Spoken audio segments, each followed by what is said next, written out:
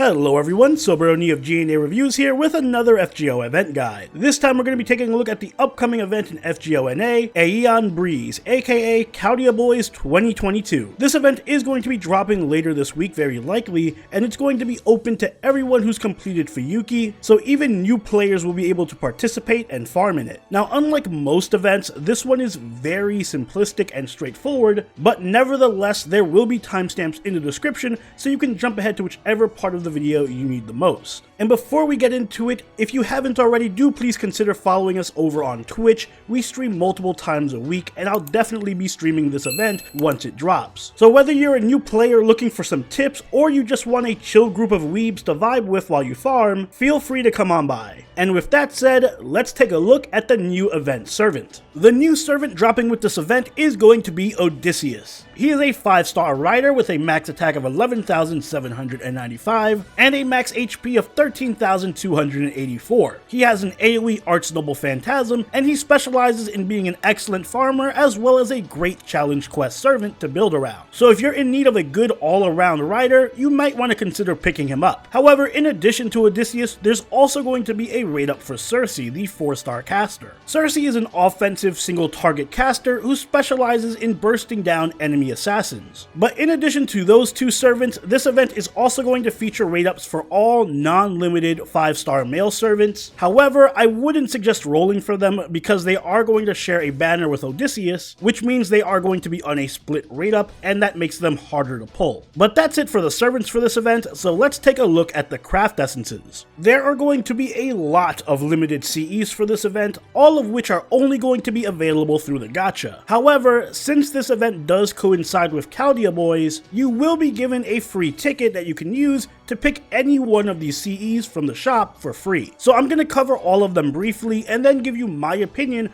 on which one I think you should pick. Starting off with the 3-star CEs first, we have Superb Turbulent Times, which increases NP gain by 1 per turn, and it also increases crit damage and NP damage by 3%. God's Deal, which grants 1 crit star per turn and increases NP gain and NP damage by 3%. Daddy Letters Live, which increases star absorption rate by 100% and NP gain by 5%, and Buzzer Beater, which grants 1 hit of evasion and increases Buster Card effectiveness by 3%. All of these CEs will also increase the Barley Sack drops from this event by 1 as well. For the 4-star CEs, we have Exclusive Tailor, which increases Buster Card effectiveness by 8% and grants 1 stage of overcharge 1 time. Then we have Detective Edmund, embarking on a new chapter arc, which increases quick card effectiveness by 8%, crit damage by 10%, and reduces damage by 100. And finally, we have My Student Council, which increases HP healing power rate by 10% and NP gain by 5%. All of these CEs will also increase the Ominous Herb drops by 1 as well. And finally, the 5-star CEs are Royal Traveling Incognito, which grants 2 hits of invincibility and increases crit damage by 15%, and Blue Illusion, which grants Invincibility Pierce and NP damage plus 25%. Both of these will also increase the Sus Honey drops by 1 as well. And since you only get to pick one of these CEs from the shop, your best bet is going to be going for one of these 5-star CEs. They are the most rare and they provide the best effects, so they'll give you the best value out of any of the event CEs. Between the two 5-star CEs, Royal Traveling is an excellent pickup if you're someone who relies heavily on Berserkers and you don't have the Canif craft essence. 2 hits of invincibility is significant survivability, plus the pure attack stats and crit buff helps Berserkers deliver even more damage, especially crit Berserkers like Atlanta Alter and Lancelot. On the other hand, if you don't use Berserkers that much, then you might want to consider going for Blue Illusion. It's a bit more niche and it provides mixed stats instead of just pure attack, but it can come in clutch for challenge quests where enemies spam evasion or invincibility, and it's always good to have an invincibility piercing CE to rely on, since those situations do happen pretty frequently. As for the event shop, there isn't anything special going on here. Just like always, there are going to be 3 different currencies that you need to farm throughout the event, those being the bronze currency, which is the Barley barley sacks, the silver currency, which is the ominous herbs, and the gold currency, which is the sus honey. The barley sacks can be traded in for ancient gears, forbidden pages, spiral fluids, foes, experience, and arts card openers. Ominous herbs can be traded in for hearts of a foreign god, phoenix plumes, horseshoes, lancer, rider, and caster pieces, foes, and quick card openers. And finally, the sus honey can be traded in for scarabs of wisdom, lanugos, silver crowns, lancers, riders, and caster monuments, foes, and buster card openers. If you plan on clearing out the entire shop, you're going to need 3,350 barley sacks, 2,900 ominous herbs, and 3,600 sus honeys. Unlike with most events, this one doesn't have any limited event shop CEs unfortunately, so you don't need to worry about buying those or farming them. Normally, every event has a specific mechanic that it follows. However, this event differentiates from most in that there really aren't any unique event mechanics to be found. It's as straightforward as can be. There are no missions, no point ladders, no raids, just straight farming. However, there is one minor mechanic in that all male servants will deal an additional 50% damage, while Odysseus himself will deal 100% bonus damage throughout the event, so the event does incentivize using male servants. However, there are also going to be a few unknown gender servants who will also receive that 50% damage buff as well, including Saber Astolfo, Orion, Enkidu, Kama, Shiwandi, Avenger Nobu, Dayan, and Rider Astolfo.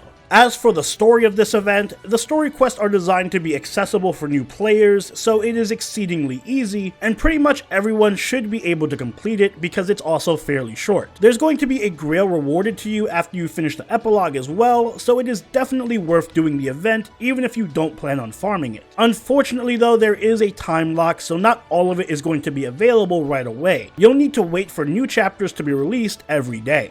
And farming for this event is just as straightforward as the story quests are. You're going to want to take advantage of the bonus servants for this event, which means using male servants, since that additional damage is going to help you with farming free quests. But in addition to that, you're also going to want to make good use of the bonus craft essences. The 3-star CEs from this event are going to increase the barley drops, the 4-star CEs are going to increase the herb drops, and the 5-star CEs are going to increase the honey drops. So my recommended strategy for farming this event is going to be to roll the friend point gacha for the 3-star CE so you can make farming just a bit easier. I wouldn't recommend rolling the event gacha however, at least not just for the craft essences, since it really isn't worth it in the long run, and you're better off just saving your quartz for the Olympus banner and Castoria, which are both right around the corner. Also keep in mind that not all of the free quests are going to be available right away, and the best farming nodes won't appear for the first couple of days. So just stick with using your natural AP until the better free quests start opening up. As for which free quests are going to be the ones you want to farm, the small serving free quest is going to be the best spot to farm barley sacks, the regular serving is going to be the best spot for ominous herbs, and large serving is going to be the best spot for the sus honey. And finally, for those of you who have already completed Solomon, there will be a challenge quest at the end of the event. This challenge quest will of course pit you against Odysseus. Odysseus is going to have 2 different break bars, as well as a number of really strong passive skills.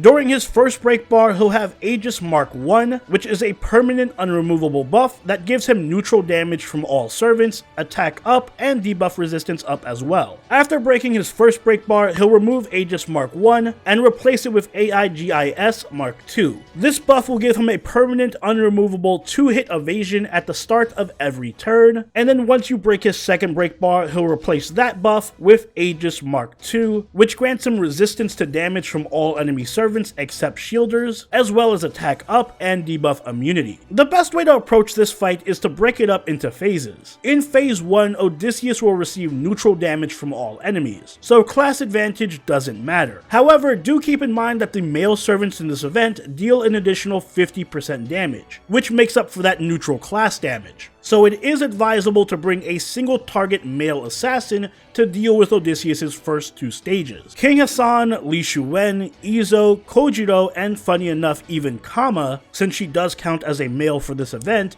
are all great choices. In Phase 2, Odysseus gains 2 hits of evasion every turn, but he loses that neutral damage buff from Phase 1, which is why you want to stick with an assassin DPS even in Phase 1, so that you can now deal even more damage in Phase 2 with class advantage. The evasion can be overcome with supports who give invincibility pierce like Holmes, or even by just using the blue illusion CE, which you can pick up for free using the Chaldea Boys ticket. In his final phase, Odysseus has full resistance to all servants except shielders, so there are a number of options here. You can either bring Mosh in and go full stall strats here while whittling down Odysseus' HP, or you can just stick with a male DPS like Holmes or Kama, since they still retain that 50% damage buff, which mitigates Odysseus' resistance just a bit. Just keep in mind that this last phase is going to be a bit grindy, so don't try and rush it. And that's about all I have to say about this year's Aeaean Breeze, aka Chaldea Boys event. It's really not a big event at all, so feel free to take your time with it and just enjoy it. And if you do have any questions, feel free to ask them in the comments down below. If you enjoyed this video, please do consider giving it a like and subscribe if you really enjoyed it. If you haven't already, do follow us over on Twitch, follow us on Twitter, and join the party on our Discord,